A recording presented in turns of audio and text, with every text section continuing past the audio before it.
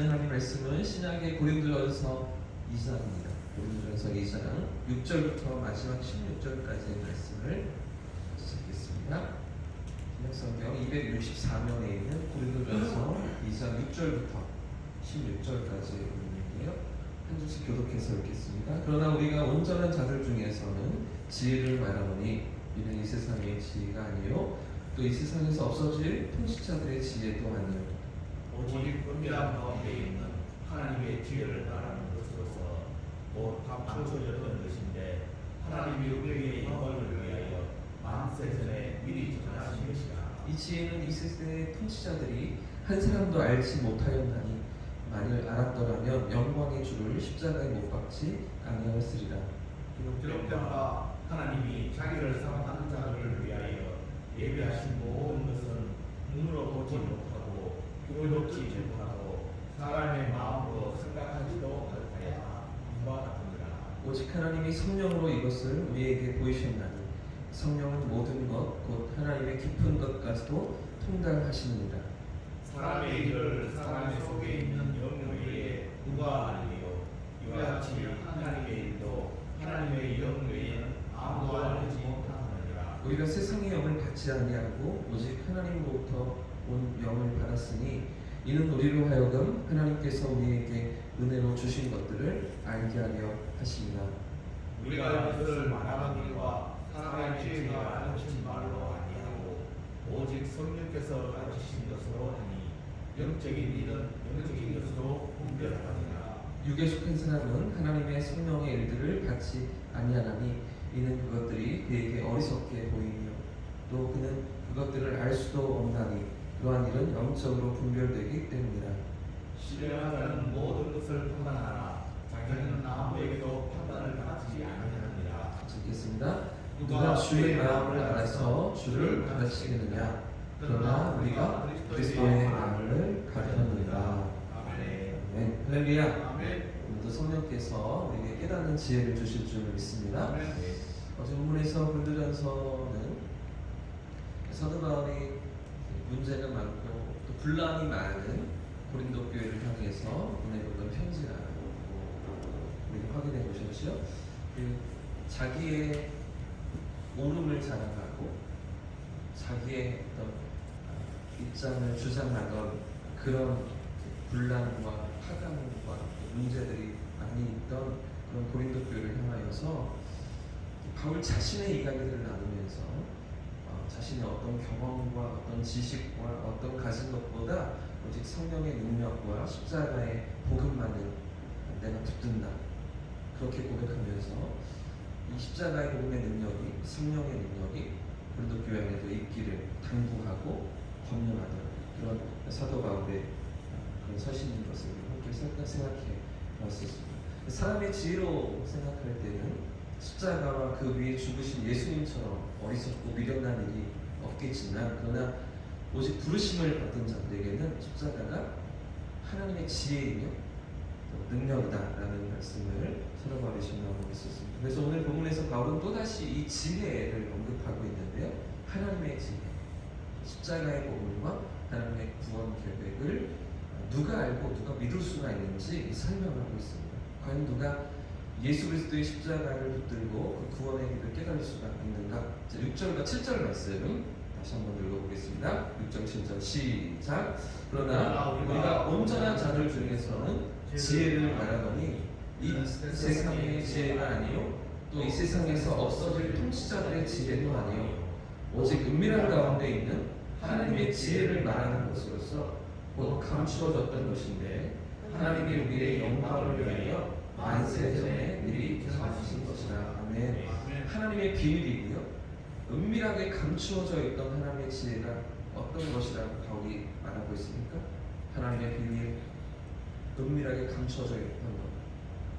이것은 이 세상에 없어질 지혜가 아니다. 통치자들의 지혜가 아니다. 이렇게 말하고 있죠. 세상의 지식과 세상의 방법으로는 깨달을 수가 없는 것이다. 이렇게 말하고 있습니다. 그런데 이처럼 감추어져 있던 비밀이, 은밀한 가운데 있던 비밀이 누구에게 알려졌습니까? 6절 첫 부분에 보시면 그러나 우리에게, 그러나 우리가 온전한 자들 중에서 이 지혜를 말한다. 그렇죠? 무슨 무슨 말입니까? 온전한 자들이 누구인가? 온전한 자들. 율법으로 완전하고 율법을 다 지키는 그런 완벽한 자들을 이야기할까요? 시간죠. 그런 사람은 아무도 없습니다. 온전한 자는 누구인가? 영적으로 깨어난 사람들을 얘기하는 거죠. 이 비밀을 깨닫고 있는 사람, 거듭나서 이 하나님이 감춰졌던 비밀을 깨달은 우리들을 얘기하는 겁니다. 우리는 그러나 우리가 온전한 자들, 이 비밀을 깨닫고 이 지혜를 말하노니 이 하나님의 지혜를 우리가 알고 믿고 이 얘기를 내가 너희들과 나누기를 원한다. 이게 사도 바울이 말하고 있는 것입니다. 그래서 하나님의 부르심을 받고 영적으로 깨어난 자들에게만 하나님의 이 비밀이 열려져 있다 라는 이야기를 하고 있는 것이죠. 8절과 9절 말씀을 보겠습니다. 8절 9절 시작. 이 지혜는 이 세대의 통치자들이 한 사람도 알지 못하였느니 만일 알았더라면 영광의 주를 십자가에 못 박지 아니하였으리라. 기록된 바 하나님이 자기를 사랑하는 자들을 위하여 예비하신 모든 것은 귀로 듣지 못하고 사람의 마음으로 생각하지도 못하였다 하는 것과 같으니라. 네.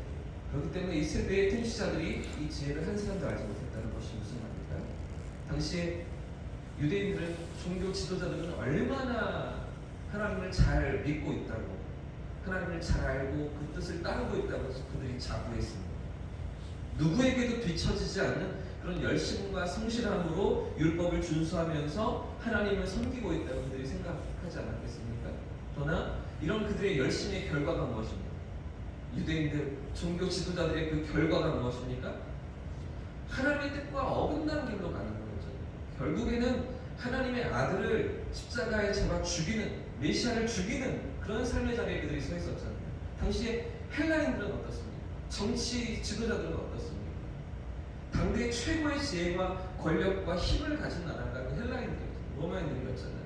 로마는 단지 이 무력으로만 세계를 지배했던 것이 아니라 그들의 철학과 사상과 지혜로 그 일대를 다 다스렸던 그런 로마 아니었습니까? 그런데도 이 세상의 모든 지혜를 가진 그들의 한 일이 무엇이었습니까? 8절 말씀해 보시면 영광의 주를 십자가에 못 박았다는 것이죠. 9절 말씀에 있는 대로 눈으로 보면서도 보지 못하고 그 진리를 깨닫지 못하고 귀로 들으면서 그 말씀을 들으면서도 그 말씀을 듣지 못하였고 마음으로 깨닫지 못하면서 전혀 이해하지 못한 채 예수님을 십자가에 죽인 그런 지도자들이었습니다. 그런 권세자들이었습니다.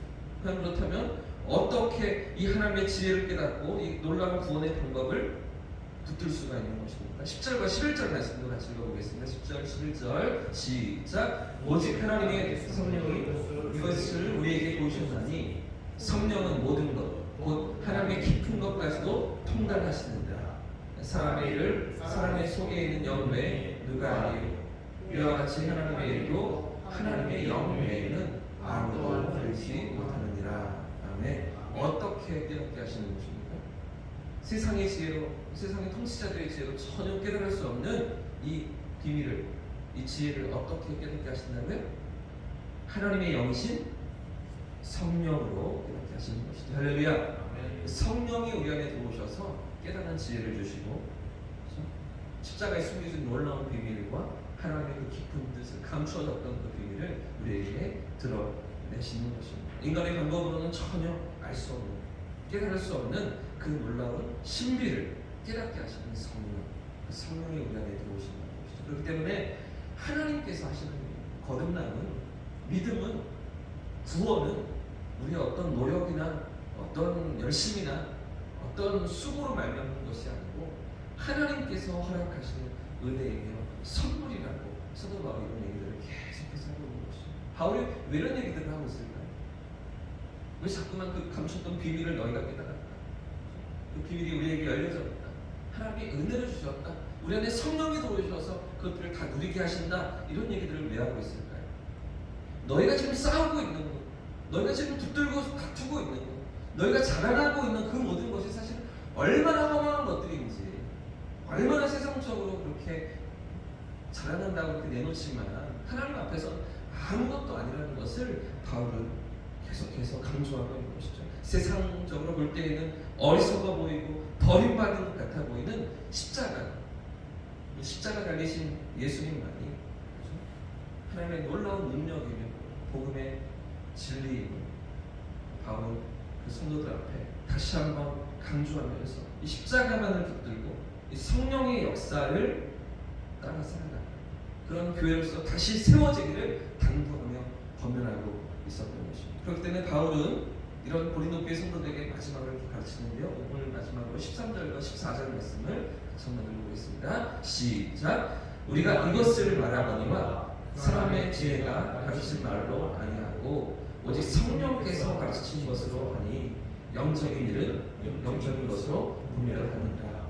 육에 속한 사람은 하나님의 성령의 일을 받지 아니하니 이는 그것들이 너희에게 어리석게 보이며 또 그는 그것들을 알 수도 없나니 그러한 일은 영적으로 분별되기 때문이라.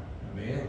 성령께서 가르치시고 성령께서 깨닫게 하시는 은혜로 말미암아서 성령의 이끄심을 따라 살아가는 그런 성령께서 이끄시는 분별을 가지고 믿음의 길을 살아가는 그런 성도들에게 사도 바울은 강조하고 있는 것입니다. 자, 여러분, 오늘 본문에 지금 13절과 14절에 성령에 속한 사람과 또 14절 말씀을 다시 보시면 육에 속한 사람이 비교되고 있죠. 육신에 속한 사람. 어떤 삶의 자리에 너희가 살아가고 어떤 삶의 자리에서 우리가 서 있느냐. 사도 바울이 고린도 교회 성도들에게 묻고 또 그들의 신앙을 점검하기를 원했던 거죠. 우리가 국가에서 그리스도의 주재권을 다루시면서 세 가지 그림이 있는 것을 확인해 보시지 않으셨습니까? 어떤 그림이었습니까? 성령 충만한 그림. 내 마음의 중심의 왕자에 예수 그리스도께서 앉아 계시고 왕좌에서 내가 내려와 주님께 모든 삶을 맡겨드리고 그런가 하면 이 마음의 원앙에 예수님이 들어와 계시지 않은 육신에 속한 사람, 마음의 왕자에 내가 앉아있죠. 내 마음의 밖에 예수님이 계신 십자가 밖에 있는 그런 사람도 있죠. 마지막으로 그 사이에 또 어떤 사람이 있습니까? 육신에 속한 그리스도인. 마음 안에 예수께서 들어와 계시지만 성령께서 우리 안에 들어와 계시지만 여전히 마음의 왕자에 내가 앉아서 내 인생을 내 뜻대로 내가 주인으로서 살아가려고 하는 육신에 속한 그리스도인들이라는 것이죠. 지금 사도 바울은 고린도 교회 성도들에게 너희가 이 세 번째 삶의 자리에서 마음의 왕자를 다시 주님께로 내어드려야 합니다. 네가 주인 되어서 네가 자라나고 너의 잘난 맛으로 살아가던 그런 모든 연약함을 내어버리고 구주께서 너의 삶을, 너의 공동체를 다스리는 그런 삶으로 나아가야 한다. 그렇게 강조하면서 성령께서 깨닫게 하시고 성령께서 분별케 하시는 그런 삶의 자리로 그런 믿음으로 서야 한다고 공동체 가운데 이 서신을 보며 그들이 바로 서기를 원했던 것입니다. 오늘 우리의 삶 가운데도 이런 성령 하나님의 다스림과 통치하심이 순간순간 경험될 수 있기를 예수님의 이름으로 축복합니다. 아멘. 성령께서 내 마음의 왕자에 앉으셔서 내 삶을 다스리시는 성령 충만한 삶, 내 말과 내 행동과 내 생각과 내 삶의 모든 자리가 성령 하나님의 이끄심을 따라 살아갑니다. 그래서 성령 하나님이 가르치시고 깨닫게 하시는 그런 인도하시는 가운데서 십자가의 은혜를 붙들고 하나님이 감추어진 비밀, 그 사랑을 누리며 그 사랑을 흘려보내는 삶으로 서시는 귀한 복된 하루가 되시기를 예수님의 이름으로 축복합니다. 아멘. 이렇게 찬양하고 기도하겠습니다.